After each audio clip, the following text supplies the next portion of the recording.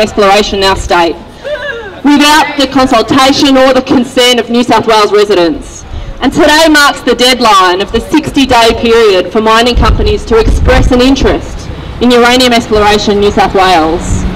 First, I want to acknowledge the country on which we stand, the land of the Gadigal people of the Eora Nation.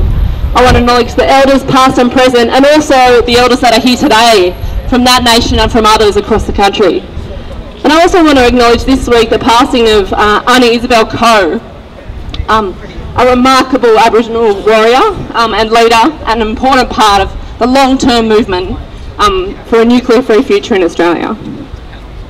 But it's particularly important that we acknowledge country today as the Bayer government prepares to allow applications for uranium mining and exploration in New South Wales. Because when the FAL government passed their bill earlier this year, they removed the right of Aboriginal land councils to refuse access to their lands for uranium exploration. Shame. What shameful behaviour from the FAL government. Shame, Barry, shame! Shame, Barry, shame! Uranium exploration cannot be conducted without the free, prior and informed consent of Aboriginal custodians and landowners. Look, we've got a great crowd and some great speakers here today at lunchtime. Genevieve Curley from the National Tertiary Education Union, the New South Wales Secretary. She's recently returned from a Unions New South Wales trip to Japan, to Fukushima.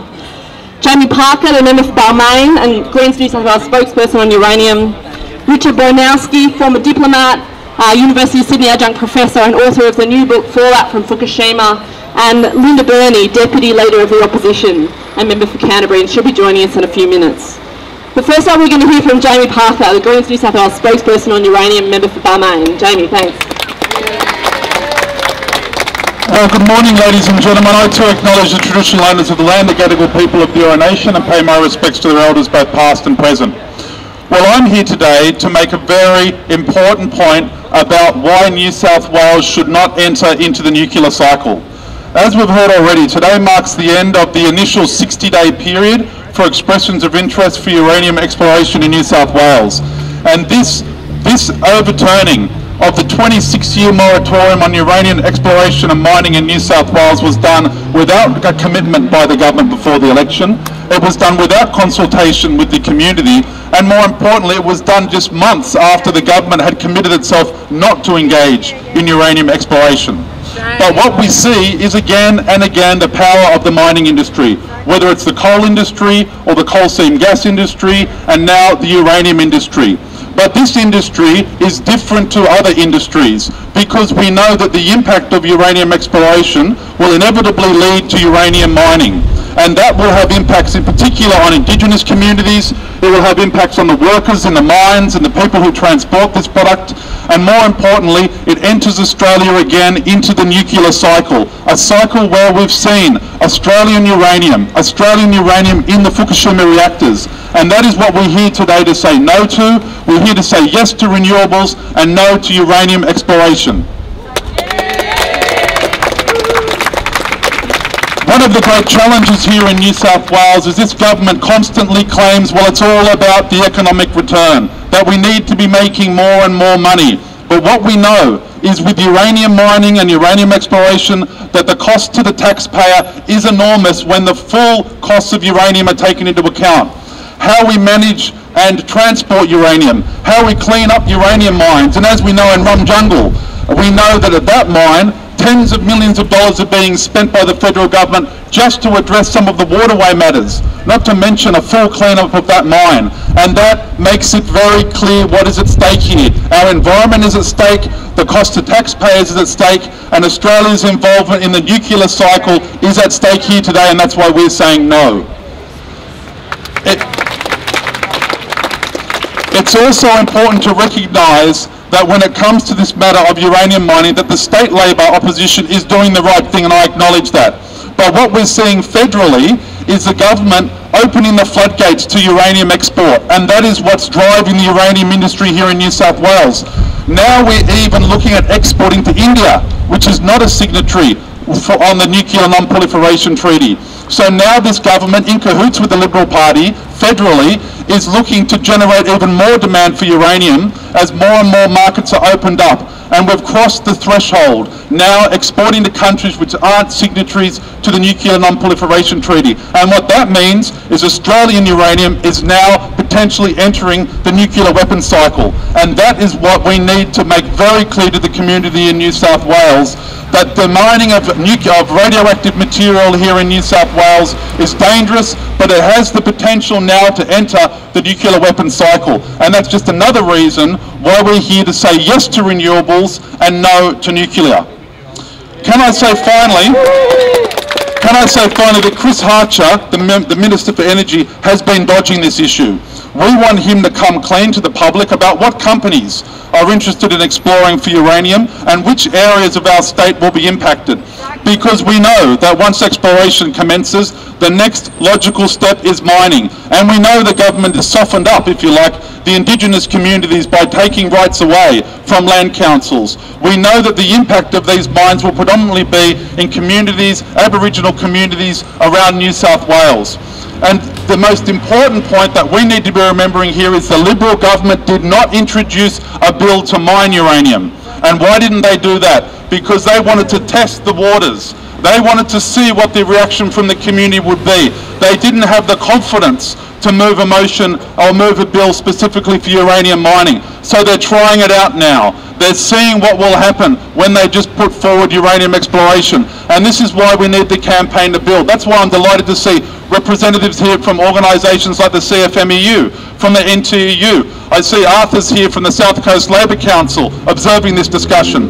It's important that workers and conservationists, political parties, Labor, Greens, all of us unite to make it clear no to uranium exploration and no to uranium mining, yes to renewables and yes to reducing our carbon footprint by making sure we can do it in a way that protects workers, protects the environment and protects Indigenous communities. Thank you.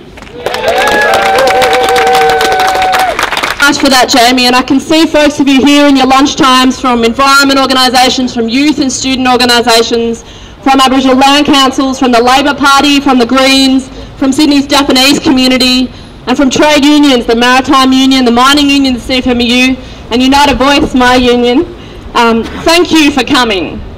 These and many organisations signed the New South Wales Uranium Free Charter in August. Other organisations are welcome to sign it, and this charter sets out our primary concerns in Barrow Farrell's plan to explore and mine for uranium in New South Wales. We know that uranium mining and exploration presents risks to workers, to local communities and the environment. We know it will leave a lasting legacy for many future generations. But there is currently no uranium mining and exploration in our state. And by building this campaign, we can keep it that way. Are you with me? Yes! And are you up for it? Are you up for the fight? Yes! Well, can we fight to keep our state free from uranium exploration and mining? Yes! All right. So our next speaker is Genevieve Kelly. She's the Secretary of the National Tertiary Education Union in New South Wales. She's just gotten back from New South Wales trip to Japan, to Fukushima, visiting and looking at the ongoing impacts of the disaster there. So thanks, Genevieve. Great. Thank you very much, Holly, and congratulations to everyone who's here today and all the groups that are represented. I'd like to also acknowledge that we meet on Aboriginal land here and give respect to our elders, both past and present, and I hope that their spirit does come with us as we're fighting this fight against this disastrous industry in New South Wales. The New South Wales government has taken the appalling action after 26 years of a ban in New South Wales on uranium exploration. They have opened it up, as Jamie said, and we are expected to be living with the consequences. I hope we can build this campaign. I think everybody here today has to think about ways that they can do that.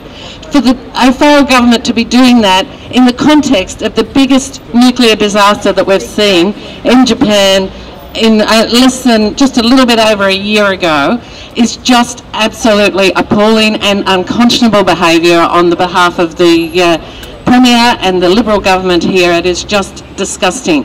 People in Japan were afflicted by the earthquake and the tsunami and then the major nuclear disaster that followed that. They closed every reactor in Japan. We used to hear that little narrow countries like Japan they couldn't survive without the nuclear industry. Well, those people who are now suffering think they can survive very well without it. In fact, they are actively looking for alternatives. There's only a couple of the reactors in Japan across the whole of the country that have reopened, and there is a massive struggle within Japan to stop that. The uranium from Australia went to TEPCO, to the country, to the reactors at Fukushima, and that was what was fueling those reactors. And now that Australian uranium is the product of that. Wow! Thanks to the truck, yay! Anti-nuclear truck we had coming past. Okay, so for Australia to then be talking about opening up more, and I agree with the previous speaker about the trade to India or anywhere in this environment is just appalling. We must stop it. We can stop it. I think all of our unions will be wanting to come together. I had a meeting in Tokyo with the combined unions, which is the equivalent of Unions New South Wales, and there they are really looking at promoting alternatives and making sure that people get work in appropriate industries. The union that covers the TEPCO workers has been intimately involved in the clean-up, and many volunteers, hundreds of thousands of volunteers, have been going in all over that disaster-affected area in the northern part of the island, just above Tokyo, and it's just appalling. I mean, even without the nuclear disaster, the clean-up in other areas, people are sick from having done it over the years, last year, of cleaning up the sludge and all the chemicals that are there that came with the tsunami and earthquake. But to put on top of that the nuclear fallout, I'm sure Richard will speak more about the impact of that. What we need to know is that we citizens of New South Wales will not be a part of this industry. We will not allow the O'Farrell government to open up mining in a way that can create these disasters in other parts of the world and then act like we're not responsible, it's just about the money. Well, it's about a lot more, a hell of a lot more than just the money. It's about our integrity, our honesty and our willingness to see a nuclear-free future. Thank you. And you're right, on Sunday, people across Japan organised a huge protest for a nuclear-free future on the 11th of November. And they are living firsthand the impacts of Australian uranium that was in use at the time of the Fukushima disaster. Many of our friends here today are Japanese and from Sydney's Japanese community, and they have been spurred to action in New South Wales by the ongoing disaster at Fukushima. They know how important it is to keep New South Wales uranium in the ground. So as Australian governments plan to sell uranium to India, people across that region are taking bold and brave action too, in many cases in the face of very serious repression. They don't want to see the impacts of uranium from New South Wales, from Barry O'Farrell's clan, those impacts on their environment, on their communities and on their water. So next up we have Richard Bronowski, and he's just returned from India and is the author of the new book Fallout from Fukushima. He's an adjunct professor at the University of Sydney and a former diplomat. Thanks, Richard. In 1977, Malcolm Fraser, as Prime Minister of Australia, handed down a set of bilateral conditions under which Australian uranium could be exported to the world. Those conditions, on the face of them, were very clear and very careful about saying Australian uranium will not end up in the nuclear weapons programs of any country. Ever since 1977, ladies and gentlemen, those conditions have been eroded. And they have been eroded by the greed of the commercial industries in Australia who are mining uranium and those associated with them. Until today, we have, because we're selling uranium now to India, the very cardinal principle that we would not sell uranium to any country that had not signed and ratified the Nuclear Non-Proliferation Treaty. We began to do it with Taiwan, in fact, before India. Taiwan, not being a state according to international law, but being a province of China, could not sign the Nuclear Non-Proliferation Treaty. And yet, 3 years ago, we were selling uranium to Taiwan through the United States. But suddenly, a year ago, we decided to sell it to India. on the grounds that India is a very responsible nuclear state and they'd never export their uranium technology or their enrichment technology or their weapons technology. All of that is not true. India did not sign the Nuclear Non-Proliferation Treaty, and through subterfuge and lying took American and Canadian technology to secretly build a nuclear weapons program. The first test, supposedly a peaceful nuclear explosive, was in 1974. In 1998 they exploded a whole lot more. But they're the good guys, you see, and this is my point to you, that the Australian government, and the opposition is even worse, tend to have double standards about who we can and cannot deal with in nuclear matters. Beginning with the United States, of course the United States is our great ally, and therefore anything they say, anything they tell us to do, pretty well we go along with.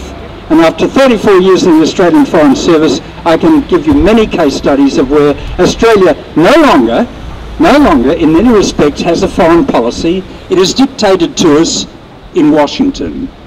And when George W. Bush said, the Indians are good guys, we're going to sell them our nuclear technology, Washington said to Canberra, and you can go ahead and sell them uranium as well.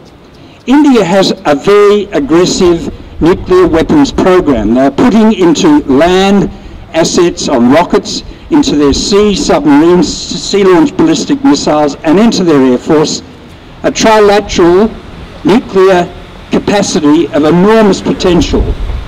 They're driven by China, in fact. They feel fear from China because the Chinese still occupy areas of northeast and northwest India, and the Indians know that they'd get another bloody nose if there was another battle. But it's driven by that. But what it does is make Pakistan much more paranoid, and Pakistan has its own nuclear weapons. And may I say to you that there are 2 areas, maybe 3 areas in this world today where we have a nuclear exchange flashpoint. The main one is South Asia, India, Pakistan. The second one is North Asia, North Korea, South Korea, Japan. And the third one is Iran. The Iranians may or may not be developing nuclear weapons. The American right wing say yes they are, the Israelis say yes they are, we have to take them out before they build them. What a dangerous game to play. Julia Gillard, our Prime Minister, last week was at a conference in Bali of the democracies hosted by Susilo Bambang Yudhoyono, the President of Indonesia, to talk about democratic practices in democratic countries. Julia Gillard had the opportunity to sit down with President Ahmadinejad of Iran, and she didn't do it. She didn't do it, and she said fortuitously that this is for the obvious reasons. Now the obvious reasons are, those reasons have been generated by Washington. But surely we should take opportunities to sit and talk to people so that what we have in the Middle East now does not drift into a situation where Israel feels threatened enough to launch a nuclear strike against Iran, and then all bets are off. All bets are off, and we're going to have a situation that will affect Australia as much as anything else. Finally, let me say, the mining industry after Fukushima in Australia became very indignant and very angry. And they said, look, we still say that nuclear technology is the safest in the world, and they're very angry that the Fukushima had happened. It shouldn't have happened, you know, we don't agree with Fukushima. And what they said was, you know, these were old reactors and it won't happen again and it can't happen again, ignoring the fact that 1/3 of the nuclear fleet of 104 reactors in the United States are exactly the same vintage and design of the 6 Fukushima reactors, that 3 of which melted down. There's just a lot of lies and sophistry about this whole situation, and I'm honoured to be with you here today among people who feel worried about the greed of the New South Wales government, of the mining industry in Australia, to open new mines. And let me just add a postscript that economically this doesn't make sense. Since Fukushima, the price of uranium has gone through the floor. Since Fukushima, BHP Billiton has closed down their plans to extend the Olympic Dam mine in South Australia, the biggest uranium mine in the world, and they've also relinquished their capacity to open the Yeelirrie mine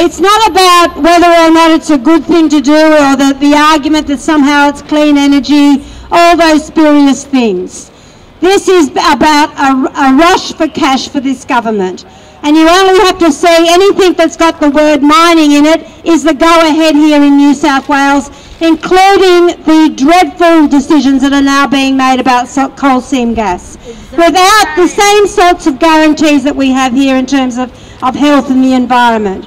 But we all know, and we've known for a long time, how disastrous uranium mining can be, and how long-term the effects are. And I just finish on that point. We know the long-term disastrous effects for people, the environment, and in fact the safety of this world. And the obscene rush of this bill and this decision flies in the face of anything decent, anything long-term, and nothing short of just grabbing money wherever they can and stuff the consequences. Because that's what we're seeing here. We will stay true to our position and true to you all in supporting you with your actions every single way and step along the way that we can. Congratulations everyone. Stay strong and stay true to this cause. I know you will. So much, Linda, and also for your reminder that how uranium mining is linked to the production of some of the world's most toxic and long-lived radioactive wastes, industrial wastes, and the proliferation of some of the world's most destructive weapons. And our last speaker today is Natalie Wasley. She's from the Beyond Nuclear Initiative, and she works with communities and Indigenous people who are experiencing the impacts at the start of the nuclear chain, uranium exploration and mining. But she also works with communities right at the other end of that chain, those that are being targeted for the dumping of nuclear waste that is radioactive and dangerous for many hundreds of thousands of years. So thanks for coming and speaking, Natalie. Thanks, Kate. Again, I'd like to acknowledge the traditional owners of the land we stand on today, and that sovereignty over this land was never ceded. And that's a really important point, because it is Indigenous communities and it is remote communities that are targeted by the nuclear industry, not only in Australia but all around the world. So it is really important that people in the cities come together and put in solidarity with those communities, and also with the workers who are going to be on the front line of loading and unloading and transporting radioactive materials and working at mine sites, and their families that would be affected by that as well. From today, Chris Harcher can invite companies to apply for uranium exploration licences. So standing here today, we are going to issue a notice to the government and companies applying that we are going to challenge this process every single step of the way and keep the uranium in the ground. We know that the decision to export the uranium in New South Wales is deeply unpopular in the community, because unlike Barry O'Farrell and unlike Chris Harcher, we've asked people. We've gone out across Sydney, we've travelled across New South Wales, we've talked to the people who will be on the front line of the exploration, and they don't want it to go ahead. So we know we have the numbers across the state, and now we just have to work hard to build the campaign. Many people can't be here today because of their work commitments, but have sent their solidarity. It's so great to see people from a range of trade unions, environment groups, different sectors of the community that have come here, taken the time to take a stand. We have messages from the Australian Conservation Foundation, from the Environment Centre in Darwin, from Friends of the Earth in Melbourne, from the Environment Centre in Alice Springs, from traditional owners at Muckaty. Everyone sends their support and solidarity. They're going to send their experience, resources, and if we ever need it, they're going to send people to stand with us to stop the uranium exploration and mining.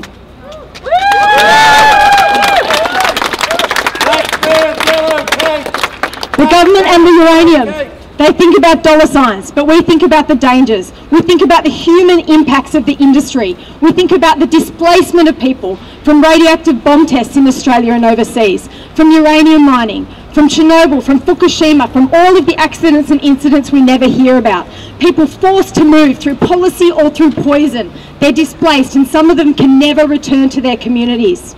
We think not of the short-term economic or political benefit this industry may or may not bring to New South Wales, but of the long-term impacts on the environment, workers and communities living near the nuclear facilities. We want jobs for regional areas, but we want ones that are safe and are sustainable for many future generations. Just look at Queensland. They've allowed exploration for decades, and now with Campbell Newman in power, they're sliding into uranium mining. 11 days before announcing that policy, he said that they would not change it. Yet with the drop of a hat, sign of a paper, blink of an eye, they changed that policy. We can't trust Barry O'Farrell when he says that this is not about mining. I sat in there and listened to the debate when this legislation was going through, and they all talked about the benefits of mining. They won't say that to the camera, but they say it to each other inside. I wanted to finish by talking about resistance to the nuclear industry, because that's our strength. We stopped the uranium mine going ahead at Jabiluka. We're seeing Koongarra in Kakadu National Park being reincorporated into the national park because of the strong stand that Jeffrey Lee, traditional owner, took to say that that uranium has to stay. In Alice Springs, we challenged the Angela Pamela Exploration Project, and the company had to pack up its office and leave town because we were determined that they weren't going to explore there. In Western Australia, they're facing similar challenges now, and we're going to work together here to make sure it never happens. Holly mentioned Muckaty. That's a really important alliance that's been built around the nuclear waste dump campaign. We have unions saying they're not going to move that waste if it's heading to Muckaty. We have doctors saying that the government has to stop peddling its lies about nuclear medicine. We know that all sectors of the community are opposed to the nuclear industry from start to finish.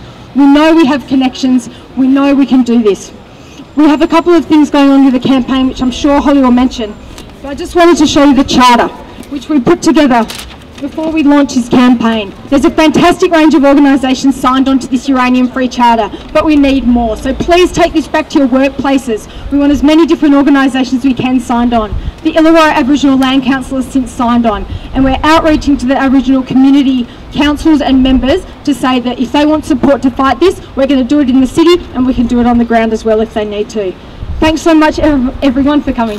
Today that our state's future doesn't lie in the contested and contaminating uranium industry, but as an international leader in renewable energy generation and in energy efficiency, jobs that are long-term, jobs that are healthy and are better for our planet as well. So today we're calling on all members of Parliament to resist the push for uranium mining in New South Wales. The nuclear industry is high cost and high risk, and we want our energy future to be renewable, not radioactive. So first up, we want Minister Harcher. We want him to reveal what areas of New South Wales are being targeted for possible uranium exploration. Right now there's a stack of expressions of interest on his desk from mining companies across the state and potentially internationally. We need to know. We don't want to guess. We don't want to find out in 12 months that there's going to be a uranium mine opening up, the next month. The people in Broken Hill, the people in Cobar, the people right across New South Wales, whose communities may be targeted for uranium exploration and mining, they deserve to know. And Minister Harcher should be releasing the expressions of interest well before there's applications to mine being entered or approved. And then next, over summer, we need to link with those communities that are going to be targeted.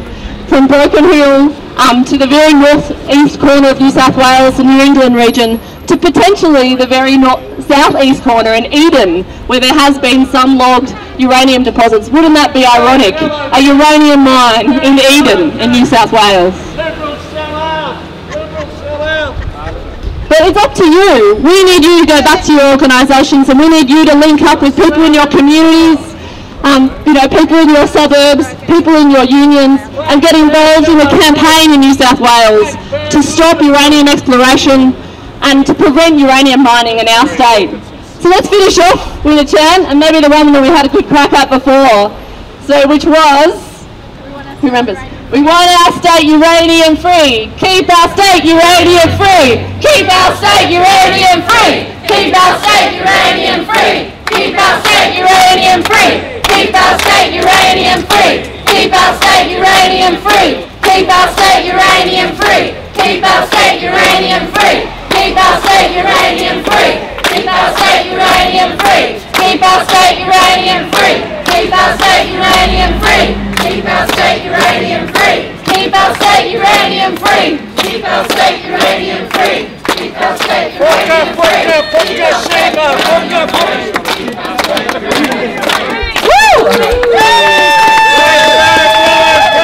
To the community campaign group to put this on today, Uranium Free New South Wales. We've got a petition going around. Please sign it, please take copies, please download some. We want to get to those 10,000 petitions that Barry O'Farrell has committed, that Once it reaches 10,000 written petitions, they'll debate it in Parliament. That's one of the things that we want to see happen. But we want you to get involved. We meet every second Wednesday at UTS at 6 p.m. So it's not tomorrow, but the next Wednesday, the 21st. Please get in touch, give us your details, and get involved in this important campaign about keeping uranium in the ground, New South Wales. Thanks so much for coming.